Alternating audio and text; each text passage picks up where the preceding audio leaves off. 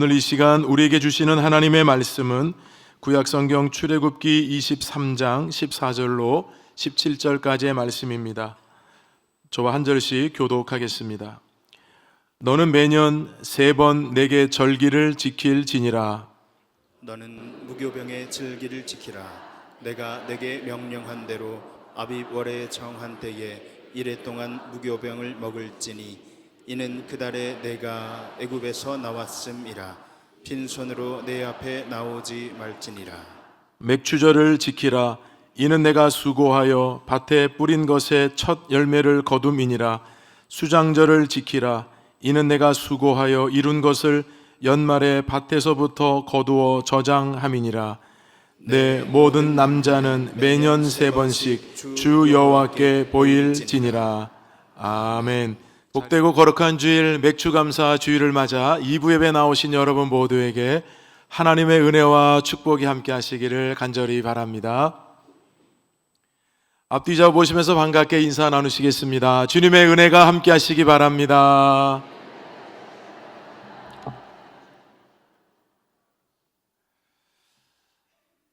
참 우리 예배 참 찬양대 너무 은혜롭죠. 찬양할 때 우리 참 가슴 벅찬 은혜를 누리고 계신 하나님을 찬양하고 우리 예루살렘 찬양대 한번 축복합니다. 여러분 한 주간 너무 무더우셨죠?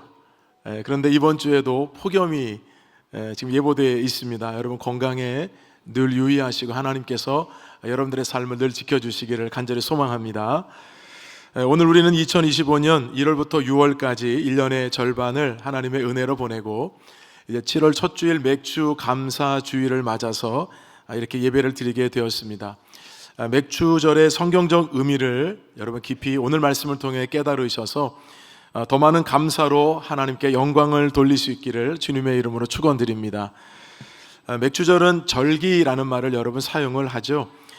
이 절기의 뜻과 또 절기 속에 담겨져 있는 의미가 무엇인지 우리가 살펴보는 것이 중요할 것 같습니다. 이 절기라는 말은 히브리 말로 모에드라고 하는 말인데요, 2가지 의미를 담고 있습니다. 지정하다 그리고 반복하다입니다. 자, 첫 번째 지정하다라고 하는 의미는 하나님께서 정해주신 시간, 그것이 절기라고 하는 뜻입니다. 자, 우리 출애굽기 34장 22절 함께 읽어볼까요? 77절 곧 맥주의 초실절을 지키고 새 말에는 수장절을 지키라. 맥주의 초실절을 지키고 새 말에는 즉 한 해의 끝에는 수장절을 지키라. 이 수장절은 모든 곡식을 다 거두어서 창고에 거둬들인 이후에 그 모든 것들을 통해서 하나님께 감사의 절기를 지키는 것이 수장절입니다. 따라서 이 절기는 사람들이 인위적으로 만들어서 지키는 날이 아니라 하나님께서 우리들에게 지키라고 날짜와 시간을 정해 주셔서 지키는 것이 바로 절기라는 것입니다. 두 번째는 반복하다라는 의미를 여러분 담고 있는 게 모에드라고 말씀을 드렸죠. 이 반복하다는 말씀 어떤 의미인지 오늘 본문에 있는 14절 말씀 함께 읽어보겠습니다. 너는 매년 3번 내게 절기를 지킬지니라. 3번 하나님께서 꼭 절기를 지켜라. 그것도 매년. 매년의 말이 무슨 뜻이겠습니까? 반복해서 이 절기를 지키라고 하는 겁니다. 따라서 절기라고 하는 것은 하나님이 지정해 주신 것, 그리고 반복해서 지키는 것, 이것이 절기이고 오늘은 그 절기 중에 맥주절기를 지키고 있는 겁니다. 이 지키라고 하는 말씀의 의미는 하나님께서 우리들에게 막 무거운 짐을 이렇게 지어주신 그런 의미가 아니고요, 지키라는 말씀을 영어 번역으로 보면 celebrate라고 되어 있습니다. 오늘 좀 발음이 좀 괜찮은 것 같습니다.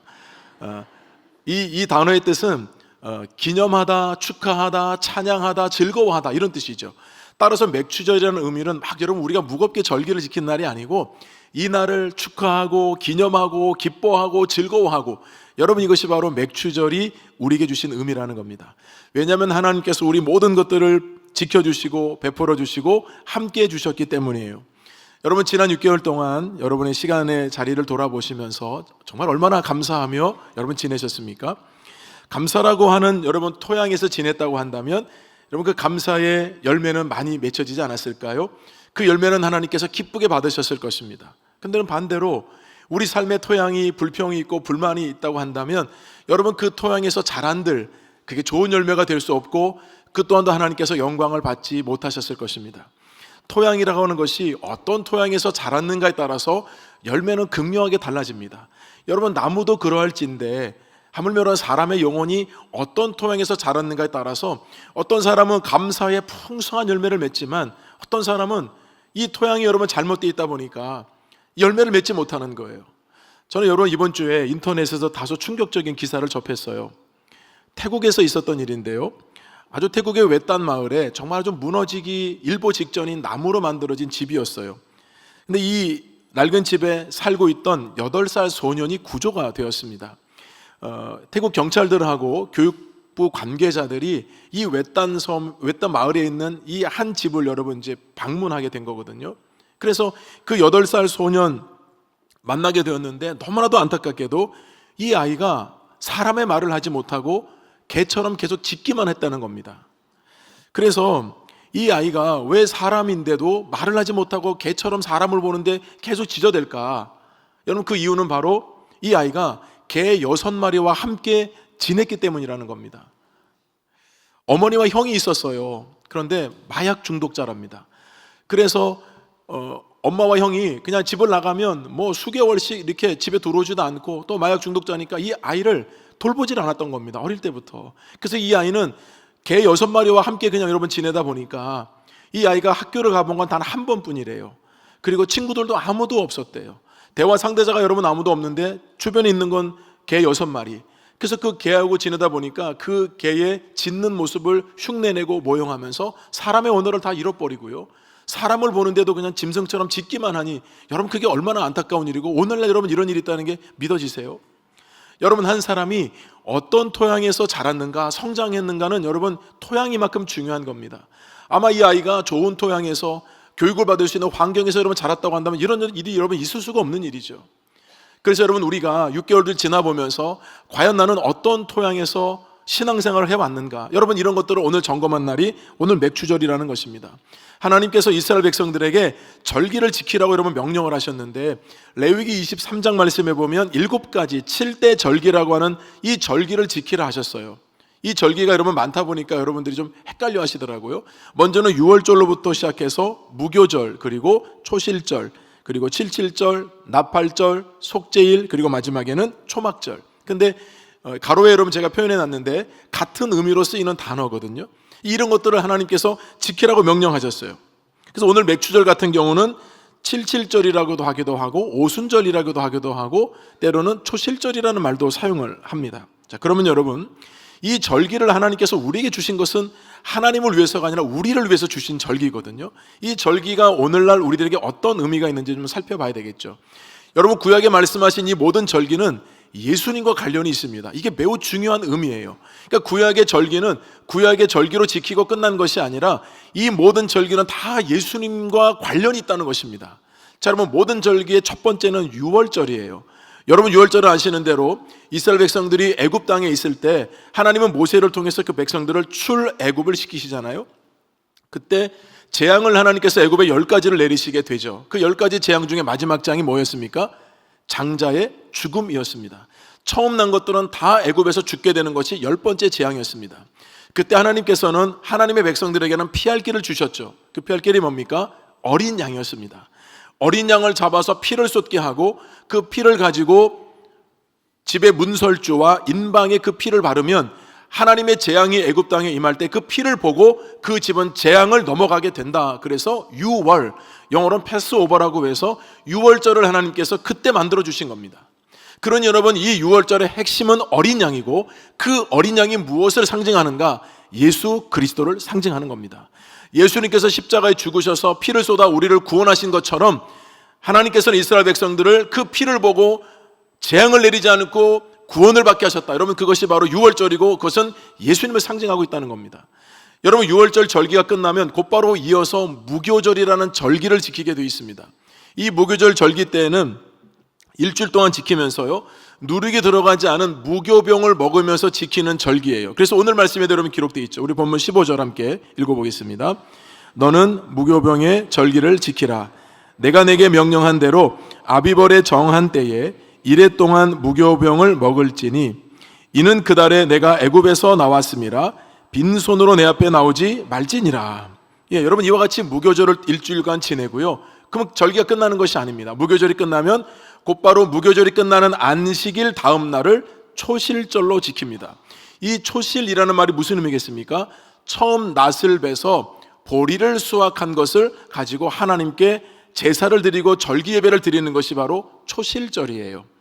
그래서 이 초실절이라고 하는 것은 첫 열매를 하나님께 드린다는 의미가 있습니다. 여러분 구약의 첫 열매는 그러면 예수님과 무슨 상관이 있는가? 고린도전서 15장 20절 말씀에 보면 예수님을 뭐라고 표현했냐면 첫 열매로 표현했습니다. 이제 그리스도께서 죽은 자 가운데서 다시 살아나사 잠자는 자들의 첫 열매가 되셨느니라. 그 첫 열매는 바로 예수님의 부활을 의미하는 거였습니다. 따라서 구약의 절기는 다 예수님과 연관이 있습니다. 그리고 여러분 이 초실절을 지키고 난 다음에 또 7주를 지나죠. 여러분 한 주마다 안식일이 오잖아요. 그 7주를 지나면 77에 49. 그래서 우리나라 번역으로 77절이다 했어요. 그래서 49일이 지난 그 다음 날 바로 50일째 되는 날 지킨다 해서 오순절이라는 말도 사용하게 된 거죠. 그래서 여러분 오순절은 신약에서 여러분 어떤 의미가 있습니까? 바로 성령이 강림하시고 초대교회가 태동하게 된 것입니다.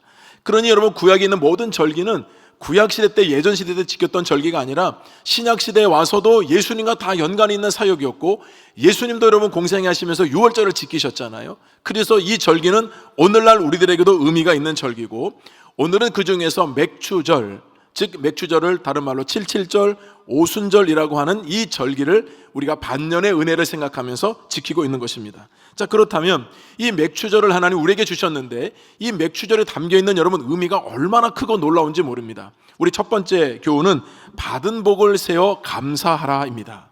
저를 한번 따라서 해보실까요? 받은 복을 세어 감사하라. 우리 본문 15절 말씀 함께 읽어보겠습니다. 너는 무교병의 절기를 지키라.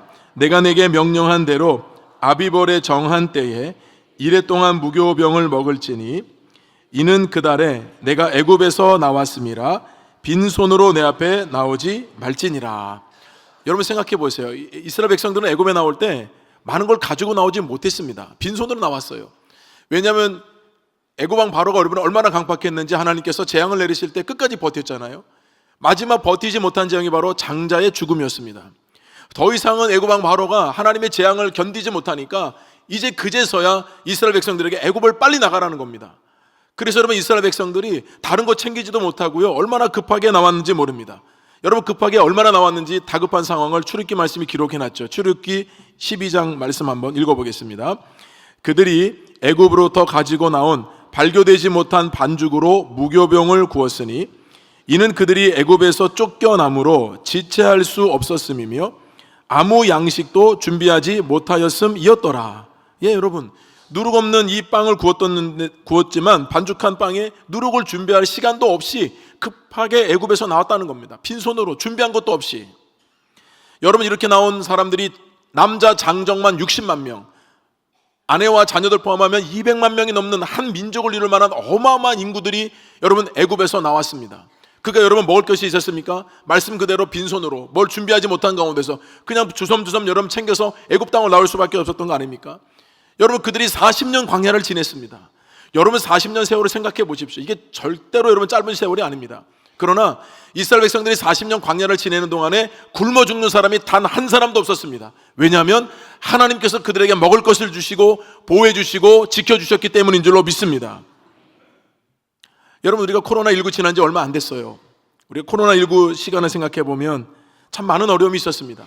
심리적으로도 정신적으로도 정서적으로도 많은 고통을 당했고요. 재정적인 어려움도 여러분 많이 있었죠.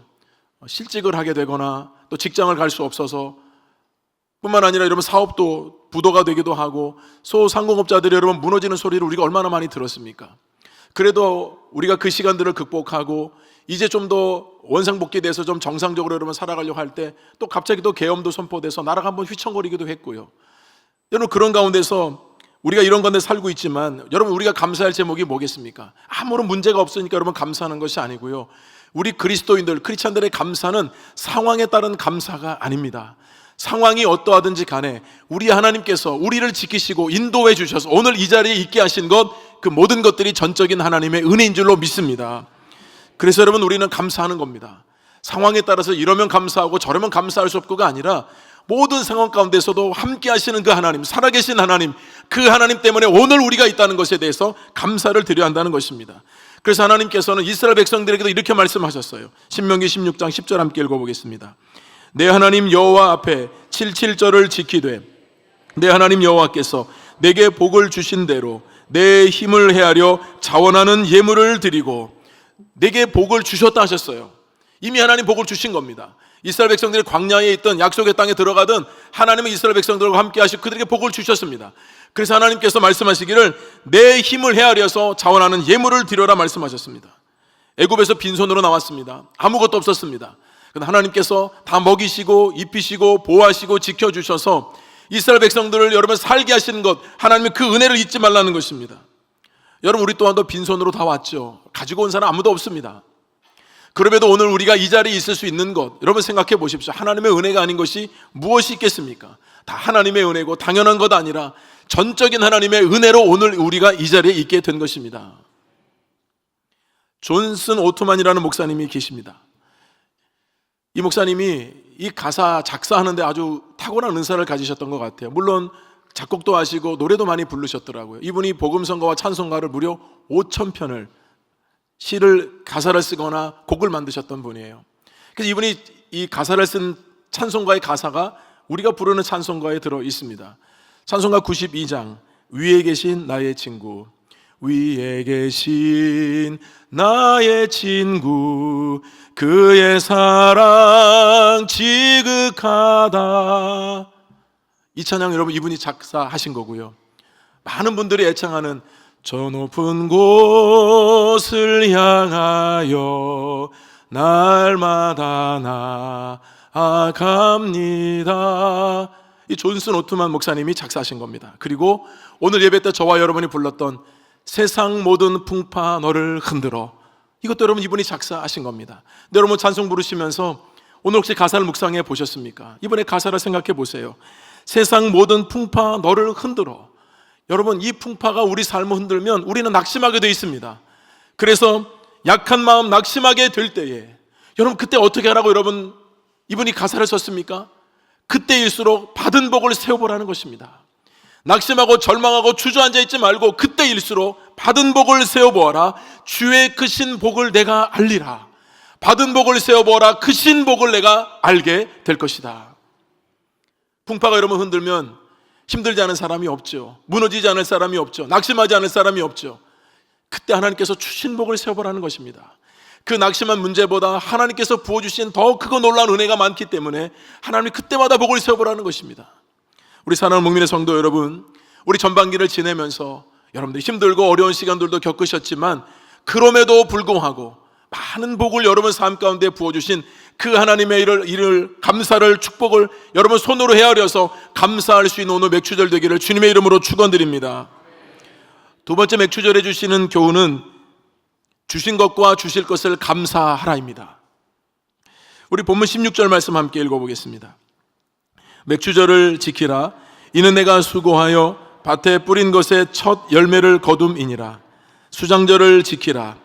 이는 내가 수고하여 이룬 것을 연말에 밭에서부터 거두어 저장함이니라.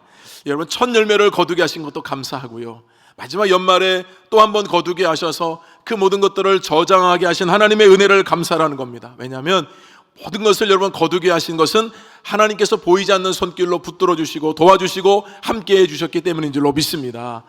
여러분 우리가 뭔가를 받고 또 여러분 우리가 뭔가 있을 때는 감사할 수 있어요. 근데 반대 상황에 여러분 우리가 더 많이 맞닥뜨리게 되죠. 있는 것보다 없을 때가 더 많고요, 내 형편과 상황이 너무 힘들고 그리고 너무 어려울 때는 정말 감사하기가 여러분 쉽지 않습니다. 건강이 무너지고요, 질병이 찾아오고 질병이 오랫동안 나를 고통스럽게 하고 사업의 문이 열리지 않고 또 가고자 하는 직장도 여러분 가지 못할 때, 여러분 이럴 때 정말 우리가 뭔가를 얻었을 때처럼 동일한 마음으로 감사할 수 있는가? 누가 쉽겠습니까? 아마도 여러분 오늘 추수감사, 맥주감사 예배로 모였지만 아마 여러분 전반기를 돌아보면서 감사의 제목도 있지만 단 아무리 생각해봐도 힘들고 어려운 일들이 더 많았던 것 같다고 여러분 생각하면서 오늘 이 자리에 계신 분도 계실 수 있습니다. 그런데 여러분 우리가 이런 때는 어떻게 감사해야 될까요? 사실 성경에 보면 우리가 처한 상황보다 훨씬 더 말도 못한 어려운 상황에 처했던 성경에 많은 인물들이 등장합니다. 여러분, 그 중에 한 명이 바로 구약에 나오는 하박국 선지자입니다. 하박국 선지자가 선지자 활동을 할 때는 그 남유다, 하나님께 선택받은 그 민족이었지만 우상을 숭배하고 하나님의 말씀을 불순종함으로 말미암아서 하나님께서 바벨론을 들어서, 이방 나라를 들어서 남유다를 하나님께서 심판하시겠다고 이미 작정하고 예언된 때였습니다. 여러분, 그래서 말씀을 아무리 전해도 백성들이 하나님 말씀 앞으로 돌아오지 않아요. 우상을 숭배하는 것을 버리지 않고 우상과 하나님을 여러분 겸하여 섬기는 이런 어이없는 일들이 계속해서 일어났습니다. 가뜩이나 여러분, 하박국 선지자가 보니까 세상에 왜 이렇게 악한 사람들이 많습니까? 근데 악한 사람들이 잘 되는 것 같아요. 형통한 것 같아요. 반면에 하나님 말씀대로 살려고 하고 그런 사람들은 오히려 더 어려운 삶을 사는 것 같고, 그래서 하박국 선지자도 하나님께 부르짖고 기도하는데도 하나님 응답이 없어요. 그래서 여러분, 하박국 선지서 여러분 딱 피면 제일 먼저 나오는 것은 하박국이 하나님 앞에 부르짖고 항변하는 내용이 먼저 나옵니다. 이렇게요: 하나님, 어찌하여 내가 부르짖어도 듣지 않으십니까? 내가 외쳐도 하나님 왜 구원하지 않으십니까? 어찌하여 거짓된 자들을 방관하시고 악인이 자기보다 의로운 사람을 삼키는데도 잠잠하십니까? 이해가 안 되는 거예요. 하나님께서 하시는 일이. 여러분, 이런 상황을 맞닥뜨리면 기쁨이 어디 있고 감사가 어디 있겠습니까? 이미 내 마음속에는 불만이 가득하고 불평이 가득하고 이해가 안 되는 여러분, 이런 상황에서 감사가 나오겠습니까? 그때 여러분, 하나님께서 하박국 선지자에게 이런 대답을 주셨습니다. 보라, 악인들의 마음은 교만하며 그 속에서 정직하지 못하나 의인은 그의 믿음으로 말미암아 살리라. 이 말씀이 무슨 뜻입니까? 악을 행하는 자들이 평안해 보이고 잘 되는 것 같고 득세하는 것 같지만 하나님께서는 반드시 그 죄악을 심판하실 것이며, 그들은 그들의 죄악으로 인해서 아무리 높은 곳에 피하려고 해도 하나님께서 내리시는 재앙을 피하지 못할 것이라고 하나님이 하박국에게 말씀해 주셨습니다. 그러면서 오직 여호와는 성전에 계시니 온 땅은 그 앞에서 잠잠할지니라. 하나님께서 모든 것을 다스리고 통치하시니 너희들은 염려하지 말라는 것입니다. 하나님께서는 악인을 보호하시는 것이 아니라 하나님의 자녀, 하나님의 말씀을 붙드는 그 사람을 하나님은 보호하고 계신다는 것이었습니다. 여러분, 하박국은 오해했어요. 하나님이 내 기도 응답하지 않으시는 것 같고, 하나님은 악인들의 저 죄악을 보지 않으시고 심판하지도 않으시고, 의인들은 아주 어렵게 살고 힘들게 살고 고난당하며 사는데도 하나님은 돌보시지 않은 것 같았지만 그게 아니었습니다. 하나님은 다 보고 계셨습니다. 하나님은 그때를 기다리고 계셨습니다. 하박국 선지자에게 염려하지 말라고. 어찌 여러분, 악인이 형통할 수 있겠습니까? 잠시는 형통할 수 있지만 영원하지 않습니다. 하나님 반드시 악은 심판하시게 되어 있습니다. 여러분, 하박국이 하나님의 말씀을 들으니까 그 불평과 그냥 마음이 무너지는 상황 가운데서 하나님의 원망이 더 많았지만 이제 그 말씀을 듣고 나니까요, 그 마음이 회복이 되기 시작합니다. 그동안의 기쁨도 잃어버리고 감사도 잃어버리고 은혜도 잃어버리고 사랑도 다 잃어버려가지고요, 완전히 침체되어 있었지만 하나님의 말씀 듣고 나니까, 우리 하나님은 고통 중에 있는 백성들, 아픔 중에 있는 백성들, 실직한 사람들, 아픔 겪고 있는 사람들, 질병 겪고 있는 사람들, 하나님이 버리신 것이 아니라 그 사람들과 함께하고 계시는구나. 여러분, 그 마음을 느끼게 되니까 여러분, 하박국의 고백이 마지막에 어떻게 바뀝니까? 우리 하박국 3장 17절 18절 읽어보겠습니다. 비록 무화과나무가 무성하지 못하며 포도나무에 열매가 없으며 감람나무에 소출이 없으며 밭에 먹을 것이 없으며 우리의 양이 없으며 외양간에 소가 없을지라도 나는 여호와로 말미암아 즐거워하며 나의 구원의 하나님으로 말미암아 기뻐하리로다. 여러분, 있어서만 감사한 게 아니에요. 내 손에 주어진 것이 없어도 여호와 하나님, 그 하나님 모든 것을 다스리고 통치하시는 그 하나님 한 분만으로 내가 기뻐할 수 있다는 고백을 드리는 것 아니겠습니까? 사랑하는 여러분, 이와 같은 하박국 선지자의 고백이 저와 여러분의 고백이 되기를 주님의 이름으로 축원합니다. 우리 아무것도 없어도요, 좀 부족해도요, 내가 원하는 만큼 가지지 못했어도요, 우리 살아계신 하나님께서 여전히 저와 여러분과 함께 하시고 붙드시고 함께 하시고 보호하시기 때문에 그 하나님 한 분만으로 인하여 기뻐할 수 있기를 주님의 이름으로 축원합니다. 제가 이런 말씀을 준비하면서 절대 감사라고 하는 책을 보면서 제가 이 문구를 읽으면서요, 내가 막 선포했어요. 내 마음에 있는 불평과 내 마음에 있는 좌절과 낙심, 이런 모든 문제는 선포할 때 여러분 바뀌더라고요. 기뻐할 수 없는 상황에서 기뻐하는 것이 능력이다. 찬송할 수 없는 상황에서 찬송하는 것이 능력이다. 감사할 수 없는 상황에서 감사하는 것이 능력이다. 그래서 여러분 생각을 바꾸셔야 돼요. 영어 여러분 thanks, think 이게 두 개의 언어가 같다고 하잖아요. 여러분 생각하면 그 단어가 가운데 하나만 바뀝니다. I자가 A자로 바뀌는데요. 생각하면 감사할 수 있다는 것입니다. 어떤 주어진 상황 속에서도 내가 다시 한번 생각하면 여기에는 하나님의 놀라운 은혜가 있구나. 내가 불평할 것이 아니라 하나님께 감사할 제목이 여기도 담겨 있구나. 사랑하는 여러분, 우리에게 주신 것도 감사하지만 그럼에도 불구하고 감사하고 앞으로 우리에게 주실 것을 감사하는 저와 여러분이 되기를 주님의 이름으로 축원드립니다. 맥주절에 주시는 세 번째 교훈은 감사를 표현하라입니다. 우리 본문 17절 말씀을 함께 읽어보겠습니다. 내 모든 남자는 매년 3번씩 주 여호와께 보일지니라. 주 여호와께 보일지니라. 여러분 이게 무슨 뜻이겠어요? 매년 3번씩 모든 이스라엘 남자들은 하나님 앞에 보이라는 겁니다. 보이라는 의미는 하나님께서 구별하신 장소에 나와서 직접 얼굴을 대면하고 하나님 앞에 예배와 이 절기를 지키라는 뜻입니다. 근데 여러분 이것이 남자들에게만 해당되는 말씀은 아니에요. 오늘 이 말씀에는 남자만 3번 보이라고 했으니까 우리 여자들은 괜찮구나. 그거 아닙니다. 자, 우리 이 말씀 신명기 16장 11절 함께 읽어보겠습니다. 너와 내 자녀와 노비와 내 성중에 있는 레위인과 및 너희 중에 있는 객과 고아와 과부가 함께 내 하나님 여호와께서 자기 이름을 두시려고 택하신 곳에서 내 하나님 여호와 앞에서 즐거워할지니라. 남자만 있는 거 아니죠? 가족들, 자녀들, 그리고 성중에 안에 있는 사람들, 레위인들, 심지어는 이스라엘 민족 중에서 가장 소외당했던 세 부류, 객과 고아와 과부. 이 모든 절기는 있는 사람만, 가지고 있는 사람만 기뻐하는 절기가 아니라 가난한 사람들, 소외당한 사람들, 외면당한 사람들 모두가 다 하나님 앞에 나와서 함께 이 절기를 지키며 기뻐하라는 것이 하나님께서 우리에게 말씀하신 것입니다. 그래서 여러분 하나님 앞에 나오는 것이 중요해요. 아마 여러분들도 오늘 예배를 사모하면서 예물을 준비하고 마음을 다해서 여러분 이렇게 나와서 예배 드리시잖아요. 하나님이 이 모습을 기뻐하신다는 것이에요. 여러분들이 아무리 하나님 사랑한다고 해도 표현하지 않으면 아무것도 아니에요. 근데 여러분 표현하고 감사하고 기뻐하고 이것을 하나님이 기뻐하시기 때문에 하나님께서는 하나님 앞에 보이라 하셨던 것입니다.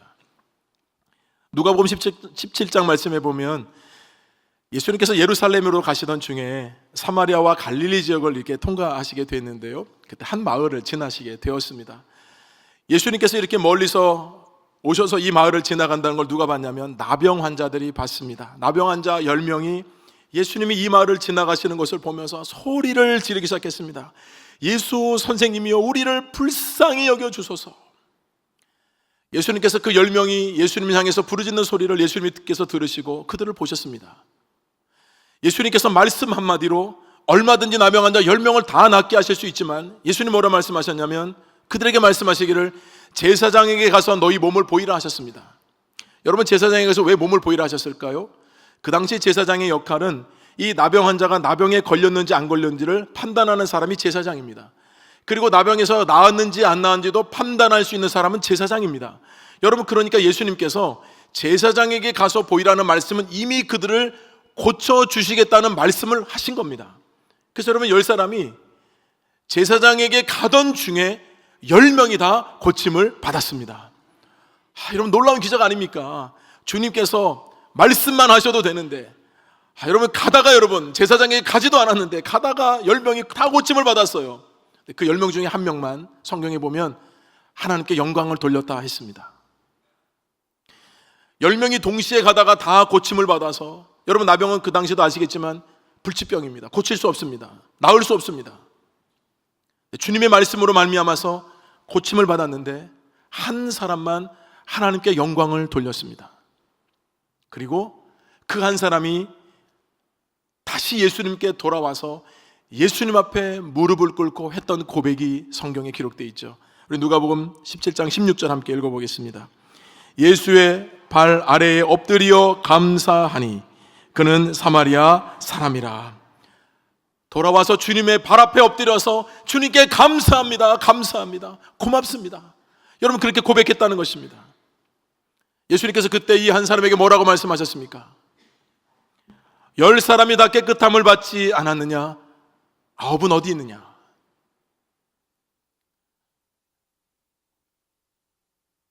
여러분, 우리에게 하시는 말씀 같지 않으십니까? 하나님께서 우리 각 사람들에게 수도 없는 은혜와 축복을 주셨건만 돌아와서 감사하는 사람은 한 사람, 똑같이 고침을 받았고 문제 해결을 받았고 하나님의 은혜로 우리가 살고 있음에도 불구하고 진정 감사해서 주님 앞에 무릎을 꿇고 주님, 나 같은 연약한 사람을 이 질병 가운데서 노인받게 해주셔서 감사합니다. 여러분, 이게 그렇게 어려운 일일까요? 주님이 여러분 그 사람에게 뭐라고 말씀하셨습니까? 일어나 가라, 내 믿음이 너를 구원하였느니라. 이 사람은 여러분 육체적인 질병만 고침받은 것이 아니라 그 영혼까지도 구원받았음을 예수님이 선언해 주셨습니다. 이 사람은 사마리아 사람입니다.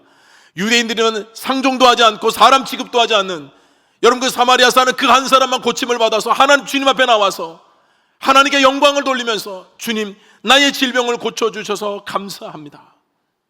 여러분, 저는 이 장면을 보면서요, 혹 우리는 한 명에 속해 있는지 9명에 속해 있는지, 우리가 주님께 받은 은혜가 너무나도 크건만 너무나도 인색하고 겨우 마지못해서 하는 감사, 우리 주님이 기뻐 받으실 수 있을까요?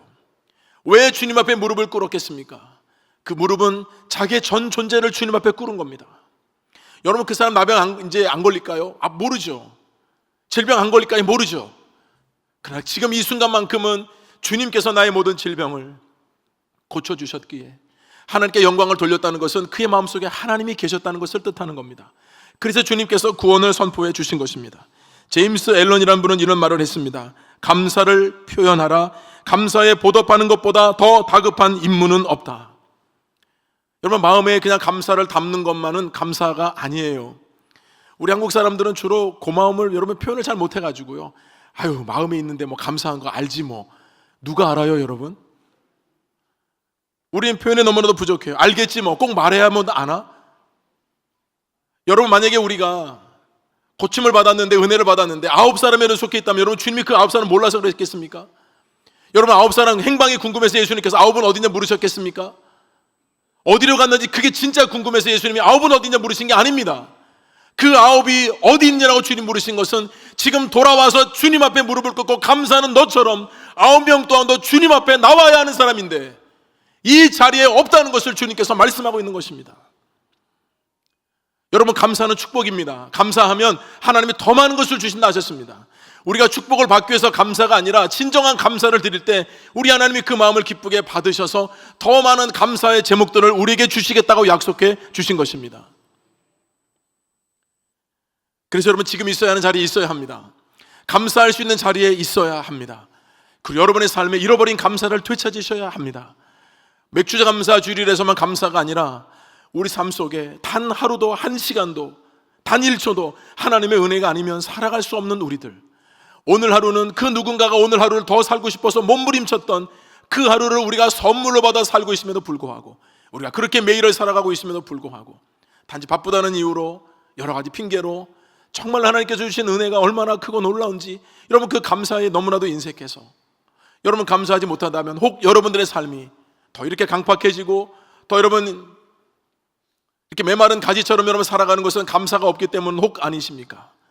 맥주 감사절을 통해서 우리에게 말씀하시는 것은 하나님을 위해서가 아니라 우리들의 삶의 자리를 위해서 맥주절을 지키라. 하나님께서 지켜주신 은혜를 돌아보며 헤아리며 감사하고 그 영광을 받으신 하나님께서 더 얼마나 풍성한 것으로 채우신지를 경험하도록 하시는 것이 맥주 감사 주일입니다. 영국의 유명한 설교가 존 스펄전 목사님의 여러분 그 유명한 글을 여러분들에게 읽어드리면서 말씀을 마치려고 합니다.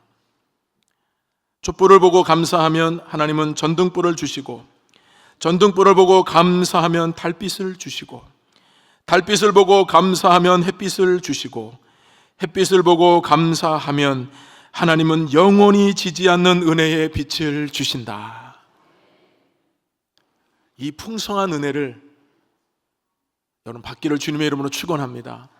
이 감사가 마음 깊은 곳에서부터 우러나와서 그 하나님의 은혜를 늘 감사할 수 있기를 바랍니다.